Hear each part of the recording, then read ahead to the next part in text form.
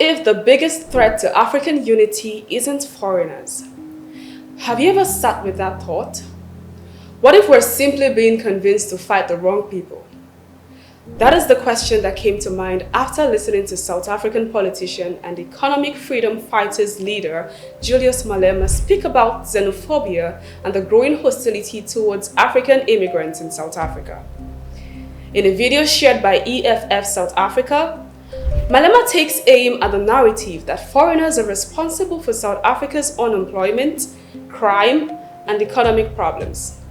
And his argument is pretty straightforward. Africans should not be turning against Africans. According to Malema, Zimbabweans, Nigerians, Mozambicans, Malawians, and other African nationals living in South Africa should not automatically be treated as enemies simply because they come from another country. He has argued that Africans are being encouraged to blame one another for problems that are much bigger than immigration itself. Let's take a look at the video. That's why they say to you, you are unemployed because of Zimbabweans. You don't have land because of Zimbabweans. You don't have economic opportunities because of Zimbabweans. We faced Zimbabweans. We faced Malawians. We took them home. Some Zimbabweans are still in Musina. If you are staying in a back room, you are still staying in a back room even when Zimbabweans are gone, because they lied to you. They said to you, all of your problems are caused by Africans. How can a person who's suffering the same pain as you cause you a problem? You are all victims of capital. You are all victims of slavery. You are all victims of colonialism, of imperialism. All of Africa. That's why when you go to America, to China, to Eastern Europe, everywhere of Europe, and you say, I'm from South Africa. But oh, how is Lagos? Because they can't differentiate all of you. They are treating you as one. Honestly, this conversation is coming at a very important time. South Africa has been experiencing renewed anti-immigrant tensions, with protests and attacks targeting migrants in different parts of the country.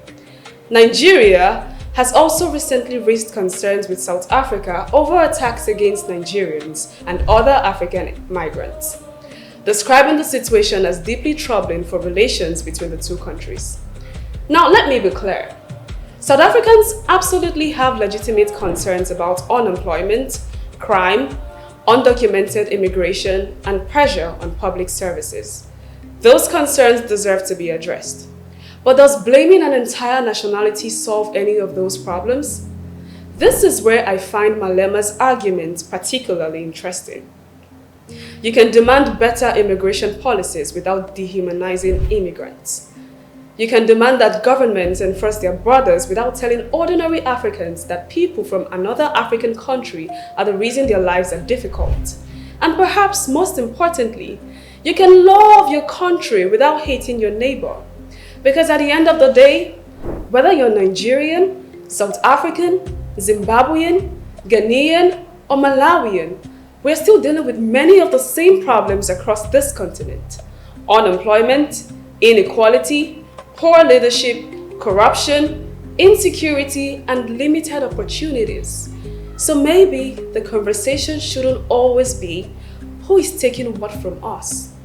Maybe it should also be, why aren't our governments creating enough opportunities for everyone in the first place? And that, to me, is the part of Malema's speech worth thinking about. Because if Africans keep turning against one another, who actually benefits from the division? And are we really solving our problems, or simply finding someone else to blame for them? I'd love to hear your thoughts in the comments. My name is Lauretta Fyneface, and this is Do Media. Please endeavor to like, follow, subscribe, and share this video with your friends for more conversations like this.